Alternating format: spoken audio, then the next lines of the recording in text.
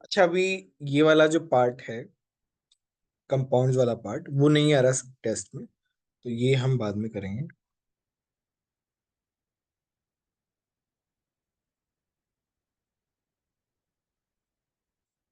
हम्म। Next आता है properties. इसमें हम physical and chemical properties of group two elements करेंगे। तो हमारे पास है beryllium, magnesium, calcium, strontium, barium, radium. तो बेरिलियम क्या है? नॉट एल्कालाइन अर्थ मेटल, ये हमने डिस्कस कर लिया था। Beryllium shows diagonal relationship with aluminium. तो ये एल्यूमिनियम के साथ शो करता है। Oxide of beryllium is amphoteric, ये पढ़ चुके हम। स्टेबल इलेक्ट्रॉनिक कॉन्फ़िगरेशन होता है, यस, NS2।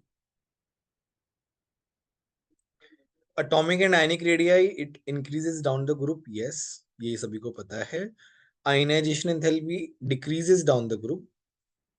अच्छा, इसमें क्या है? Their first ionization energy is more than alkali metal. ऐसा क्यों? Because of stable configuration.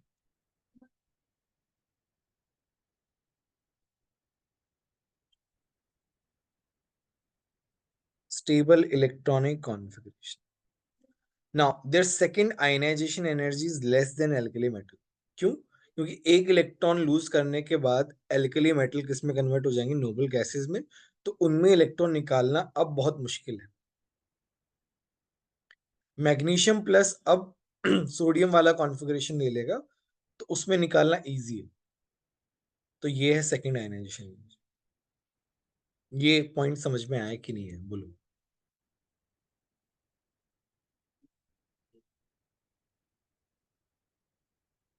Yes, no? Sir फिर से बता दो ना। देखो इसमें क्या है, इनकी फर्स्ट आयनाइजेशन एनर्जी ज्यादा होती है एल्कली मेटल से, क्योंकि इनका स्टेबल कॉन्फ़िगरेशन रहता है। एल्कलाइन अर्थ मेटल का NH2 रहता है स्टेबल कॉन्फ़िगरेशन। और इनकी सेकंड आयनाइजेशन एनर्जी कम होती है, क्योंकि एक इलेक्ट्रॉन निकालने के बाद सोडियम प्लस नोबल गैस में कन्वर्ट हो जाता है। ठीक है। Yes sir. फिर आता है hydration enthalpy. Down the group hydration enthalpy decrease करती है because of size. Hydration enthalpy of alkaline earth metals are more than alkali metals because of more charge. ज्यादा चार्ज होने की वजह से उनकी हाइड्रेशन एंथैल्पी ज्यादा होती है। और यहाँ पे देख भी सकते हो कि ज्यादा वाटर ऑफ मॉलिक्यूल्स जो है वो सराउंड कर रहे हैं, मतलब हाइड्रेट कर रहे हैं। ठीक है, right it down.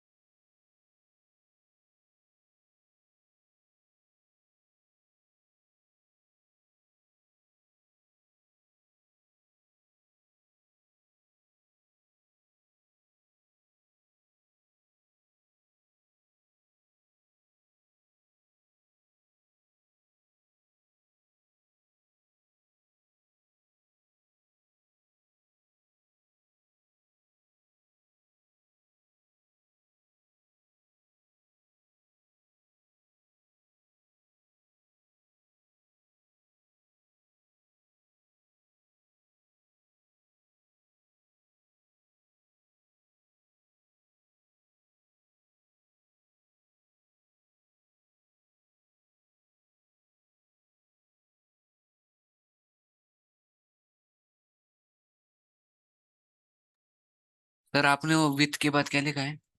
B stores diagonal relationship with. Aluminium. अच्छा।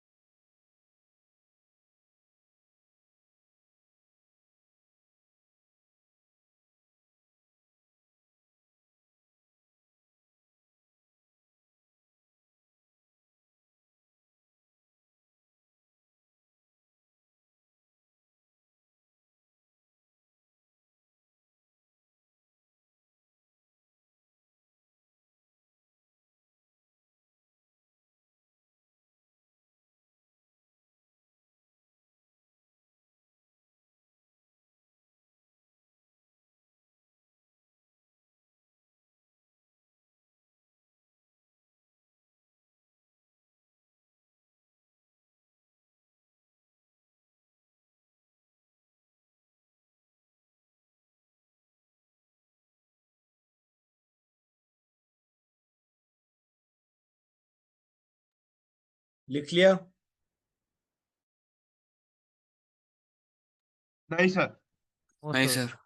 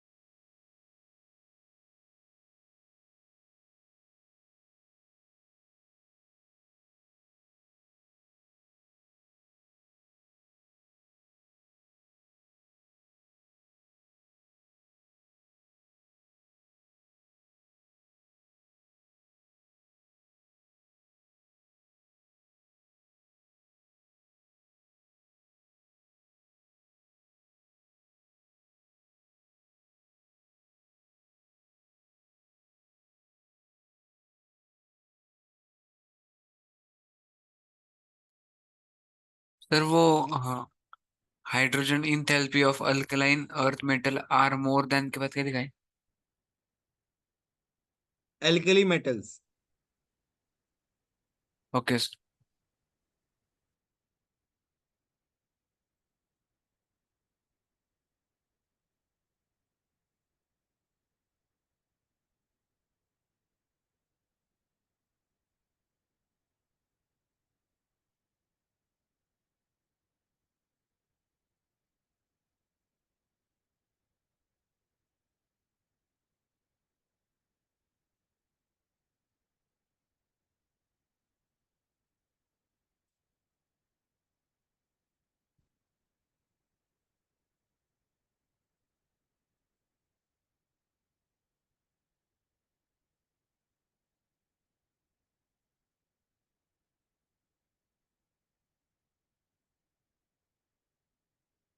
हो गया लिख के? Yes sir. एक सेकेंड सर।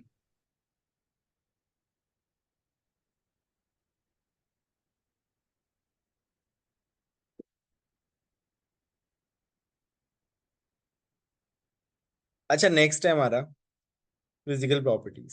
सर लिखना बाकी है।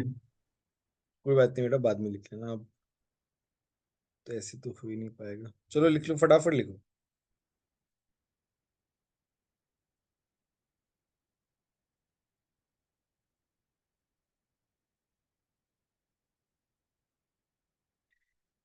यश, अगर हम एक इलेक्ट्रॉन निकाल देंगे ना, तो सोडियम प्लस नोबल गैस बन जाएगा, और फिर उसमें इलेक्ट्रॉन निकालना बहुत मुश्किल हो जाएगा। But that is not the case for alkaline earth metal. उसमें से एक इलेक्ट्रॉन निकालेंगे तो नोबल गैस नहीं बनता है, इसीलिए उनका सेकेंड आयनाइजेशन एंथैल्पी कम होता है।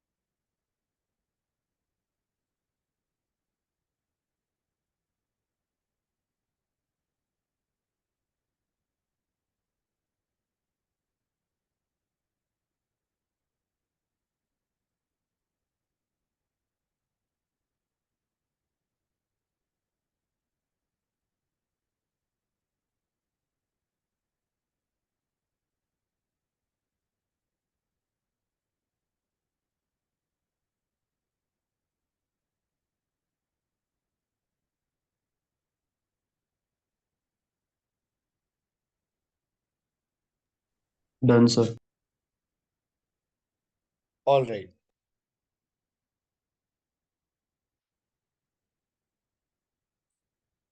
नेक्स्ट है फिजिकल प्रॉपर्टीज। सिल्वरी वाइट होते हैं, soft but harder than alkali metals. Their melting point, boiling point is higher than that of alkali metals due to smaller size. इनका साइज एल्कली मेटल्स से कम होता है, इसलिए इनके मेल्टिंग पॉइंट, बॉइलिंग पॉइंट ज्यादा होता है। ठीक है, डिक्रीजिंग होते हैं down the group because of size.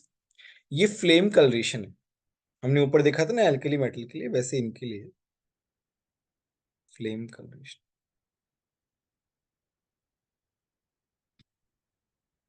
Now अब क्वेश्चन आता है कि beryllium and magnesium colour show क्यों नहीं करते हैं? बिकॉज उनकी आयनाइजेशन एनर्जी ज्यादा होती है, जिसकी वजह से it is very difficult to excite electron. Calcium का ब्रिक रेड, स्ट्रोंशियम का क्रिम्सन, बेरियम का apple green. It's very very important है ना, इसके ऊपर क्वेश्चन आने के चांसेस बहुत ज्यादा है। इलेक्ट्रोपॉजिटिव करेक्टर डिक्रीज करेगा, क्योंकि आयनिक करेक्टर, सॉरी, बेरियम जो है, मेटेलिक करेक्टर जो है वो इंक्रीज करते डाउन द ग्रुप। रिएक्टिविटी भी इंक्रीज करेगी, बेरियम सबसे ज्यादा रिएक्टिव होगा। एक बार इतना पार्ट लिख लो।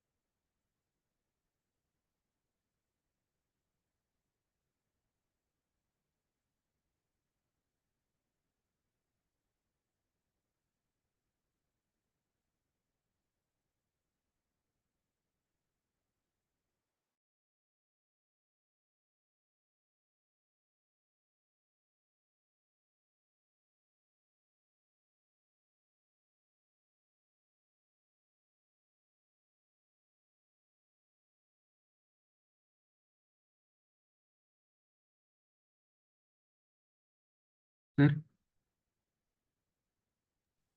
हाँ बोलो।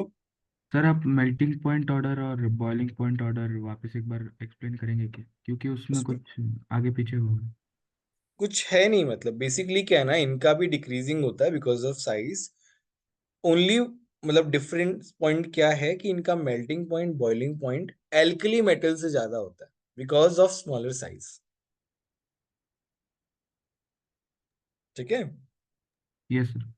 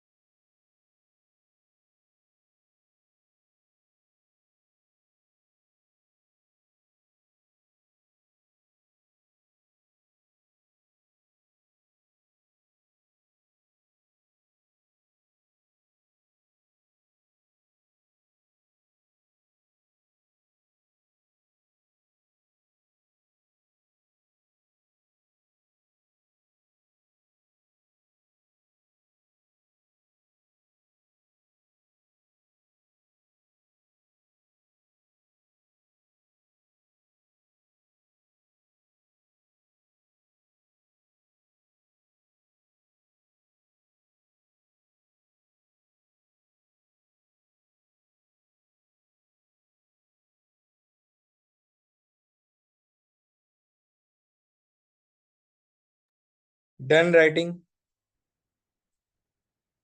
Yes sir. Yes, sir. All right.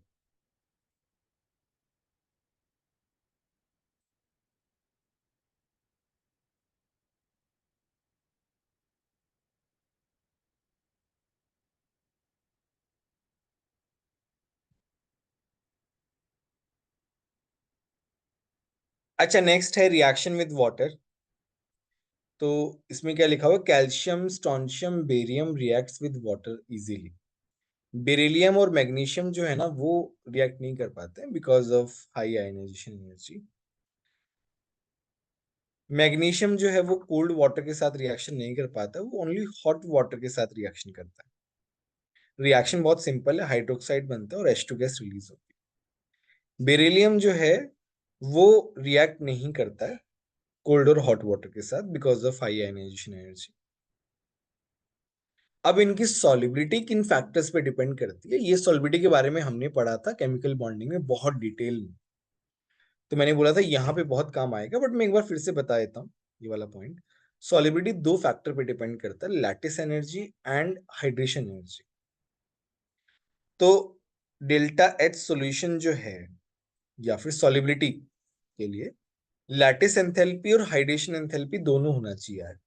Lattice enthalpy positive होती है और हाइड्रेशन एनर्जी नेगेटिव होती है, बट ओवरऑल सॉल्यूशन का डेल्टा एच नेगेटिव आना चाहिए सॉल्युबल होने के लिए।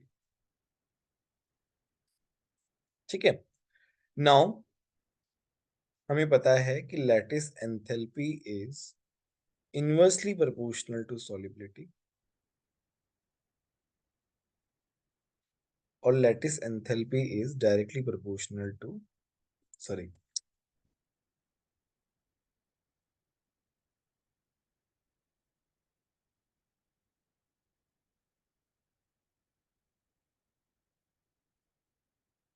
Hydration enthalpy is directly proportional to solubility.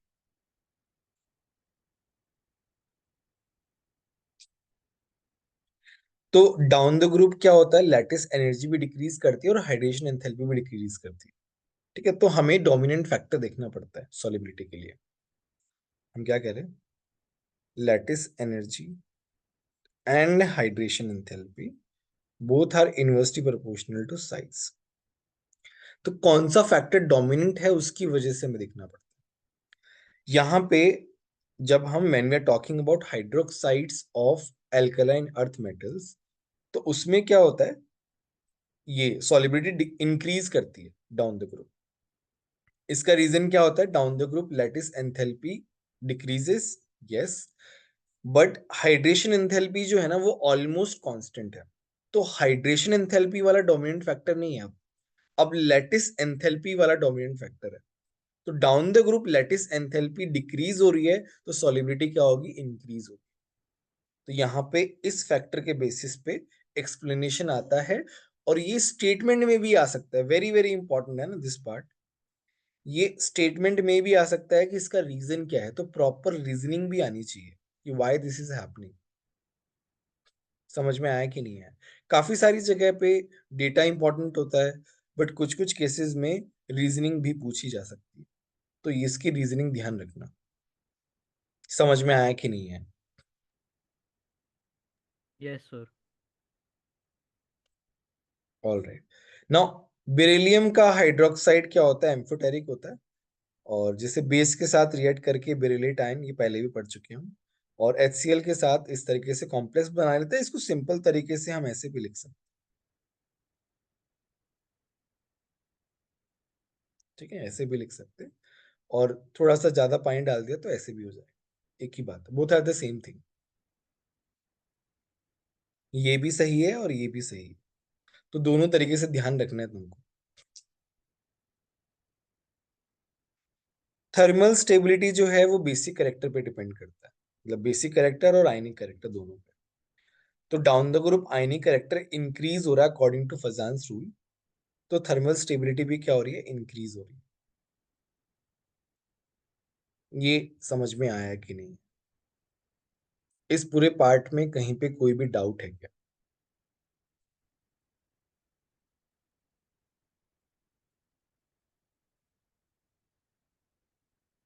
All right, right it down.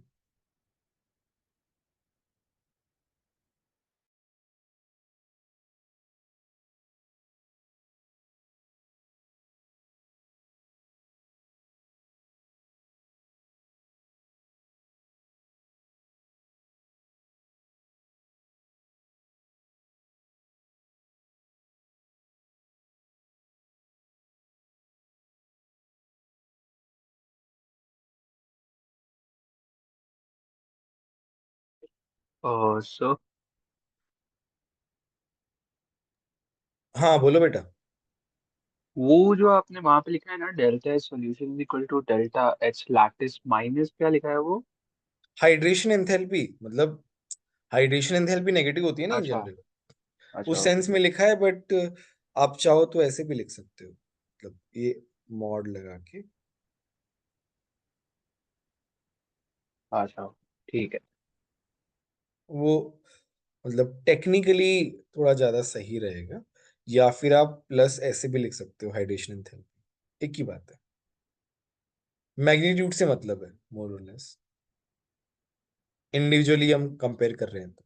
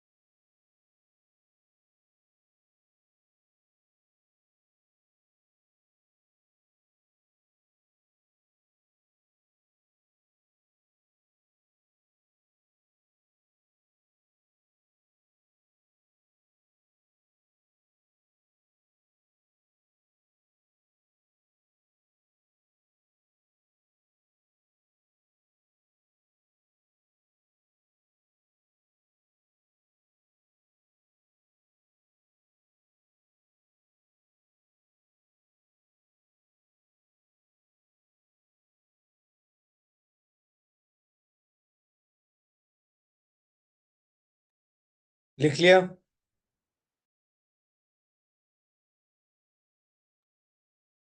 नहीं सर, नहीं 2 मिनट सर। 2 मिनट।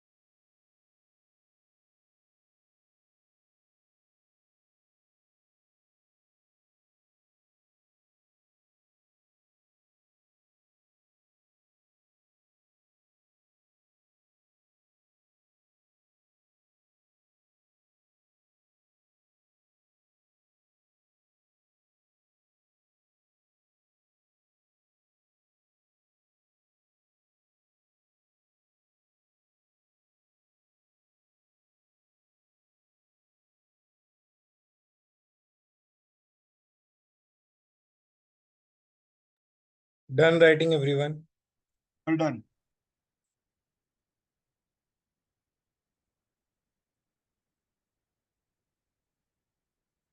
अच्छा, यहाँ पे है reaction with air. Except beryllium, these metals are easily tarnished in air as a layer of oxide. तो ये क्या होता है, ये एयर से रिएक्ट करके और वो लेयर जो है वो जमा हो जाती है उनकी सरफेस पे, तो उसे बोलते हैं tarnishing. On the surface barium in powdered form burst into flame, मतलब जैसे ही बेरियम को अगर एक्सपोज करते हैं एयर में तो वो बर्स्ट हो जाता है। तो इतना, ये बताने का मतलब क्या है कि इतना फास्ट रिएक्ट करता है, ठीक है। बेरिलियम नहीं करता, बेरिलियम आयनाइजेशन एनर्जी ज्यादा होती है तो रिएक्टिविटी कम होती है। जनरली जो बेरिलियम है, मैग्नीशियम है, कैल्शियम है, वो ऑक्सीजन के साथ मोनोऑक्साइड बनाते हैं। बाकी बेरियम और स्ट्रोंशियम पर ऑक्साइड बनाते हैं। ध्यान रखना है ये वाला पॉइंट, ध्यान रखना। पर ऑक्साइड कौन बनाता है? बेरियम का तो काफी यूज आता है, बेरियम पर ऑक्साइड। बेरिलियम ऑक्साइड एम्फोटेरिक होता है और इसका कोवेलेंट नेचर होता है बिकॉज ऑफ फजान्स रूल, फजान्स रूल के अकॉर्डिंग। और ग्रुप 2 एलिमेंट्स के जो कार्बोनेट्स उनको हीट करेंगे तो हमारे पास मोनोऑक्साइड प्लस CO2 बनेगा। Reactivity of group 2 metals with oxygen increases, ठीक है। जैसे जैसे नीचे जाते जाते हैं रिएक्टिविटी इंक्रीज करता जाता है ऑक्साइड्स। अब आता है हाइड्रोजन के बारे में, थोड़ा ध्यान से देखते हैं। Except beryllium, rest of metals react with hydrogen to form metal hydrides. BeH2 is difficult to make by the reaction with H2. Normal metal के साथ H2 को रिएक्ट करते हैं तो मेटल हाइड्राइड बनता है, एक्सेप्ट बेरिलियम। बेरिलियम के लिए हम क्या करते हैं, BeCl2 को रिड्यूस करा देते हैं। तो LiAlH4 क्या होता है, LiAlH4 is powerful reducing agent। तो वो क्या करता है, इसको BH2 में कन्वर्ट कर देता है, हमारे पास बनता है LiCl plus AlCl3। BH2 polymeric होता है सॉलिड स्टेट में, ये हमने केमिकल बॉन्डिंग में पढ़ा है अच्छे से, मैंने स्ट्रक्चर्स ही भेजे थे। यहाँ पे बनाना बॉन्डिंग होती है like this, 3 centre 1 2 3, 3 centre 2 electron bonds, ये पूरा बनाना बॉन्डिंग है। और यहाँ पे हाइब्रिडाइजेशन sp3।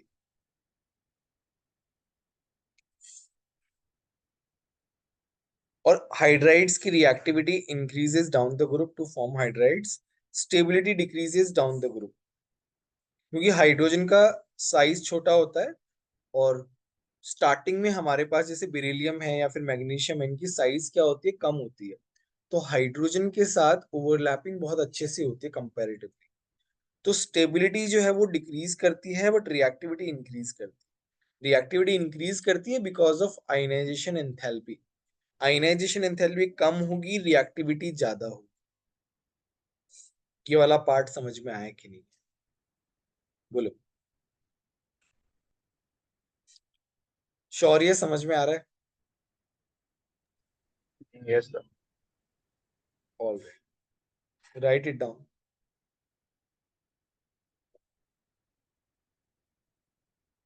सर आज पूरा पी ब्लॉक चैप्टर खत्म हो जाएगा? नहीं, 2 लेक्चर खत्म होंगे, 2 लेक्चर जो टेस्ट में आ रहे हैं उतना पार्ट खत्म हो जाएगा। ठीक है सर।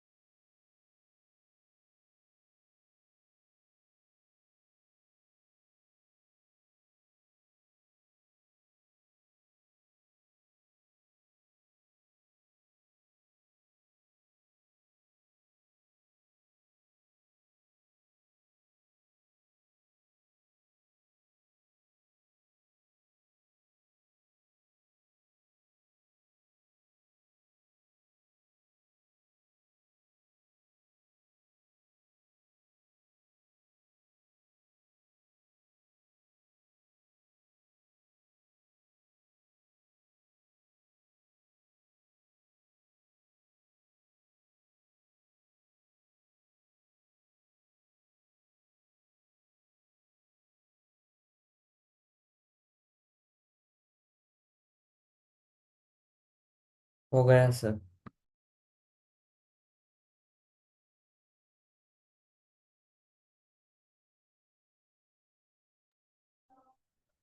बी टेस्ट का पोर्शन मैंने ग्रुप पे भेजा हुआ है, कोमल, है ना? Okay sir.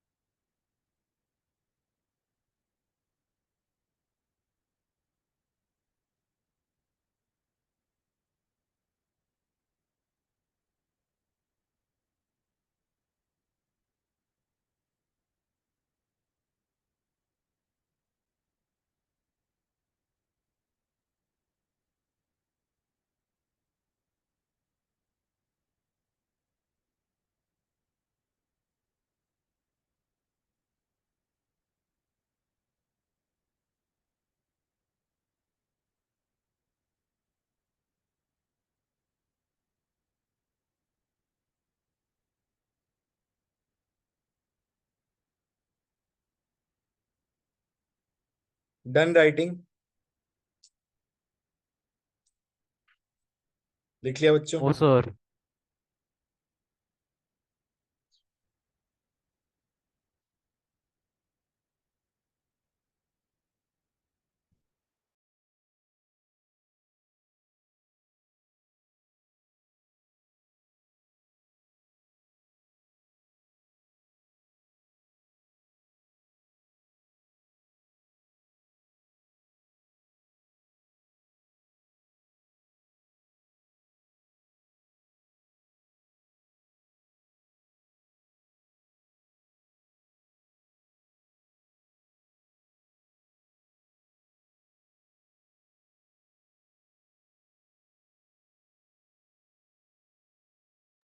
हो गया सर।